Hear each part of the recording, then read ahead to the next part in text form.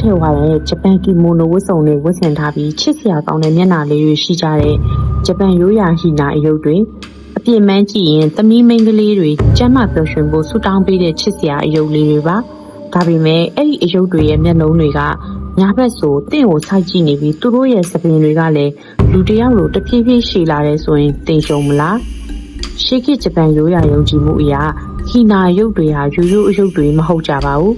သူတို့ဟာအိမ်ကသမီးမိန်းကလေးတွေစီရောက်လာမဲ့ကန်ဆိုးမိုးမောင်ကြမှုတွေနာမကျန်းမှုတွေနဲ့မကောင်းဆိုးဝါးတွေရဲ့ကျိန်စာတွေကိုကလေးတွေကိုသာ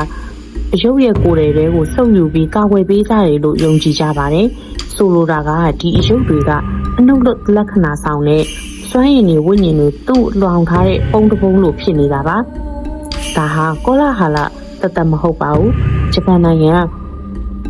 ဝါကာယာမခရိုင်ကဖះเจ้าမှာကဘာကျော်သွားတဲ့တကယ်ဖြစ်ရတစ်ခုရှိခဲ့ပါတယ်အဲ့ဒီမှာ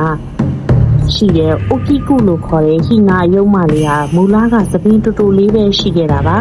ဒါပေမဲ့နှစ်တူကြလာတဲ့အခါသူမရဲ့သပင်းတွေကဒူးစစ်အထိရှိကြလာခဲ့ပါတယ်စိတ်ဝင်စားဖို့ကောင်းတာကသိပ္ပံပညာရှင်တွေတားရောက်သူတည်တနာလုပ်ပြီးတခွဲတဲ့ဆက်သက်ကြည့်တဲ့အခါမှာ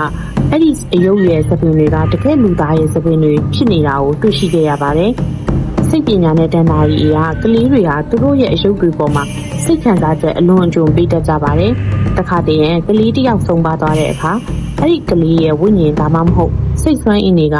သူတို့အချစ်ဆုံးဟီနာအယုတ်တွေတဲကိုကူးပြောင်းသွားတတ်တယ်လို့ယုံကြည်ကြပါတယ်ဒါကြောင့်ဂျပန်လူမျိုးတွေဟာဟီနာအယုတ်တွေဟောင်းနှမ်းသွားရင်တော့အမိုက်ပုံနဲ့ဒီတိုင်းမပြည့်ရဲကြပဲဝိညာဉ်နှုတ်တဲ့ရိုးရာခန္ဓာတွေလုပ်ပြီးဖះเจ้าတွေမှာပဲလာထားကြတာဖြစ်ပါတယ်အလှတရားရဲ့နောက်ွယ်မှာကလေးငယ်တွေကိုကာကွယ်ရင်းဝိညာဉ်တွေခူအောင်ရဖြစ်သွားခဲ့တဲ့ဟိနာအယုတ်များအကယ်၍တင့်အခန်းထဲမှာရောညဘက်ဆိုရင်သပင်းရှည်လာတတ်တဲ့အယုတ်မျိုးရှိနေတယ်ဆိုရင်သင်ပါလို့မလဲအခုလိုစိတ်ဝင်စားစရာလျှို့ဝှက်စမ်းပြတဲ့ဇာတ်လမ်းတွေကိုကြိုက်တယ်ဆိုရင်တော့ကျွန်တော်ရဲ့ channel လေးကို like and subscribe လုပ်ထားဖို့မမေ့ပါနဲ့နောက်ထပ်ဗီဒီယိုတွေမှာပြန်တွေ့ကြမယ်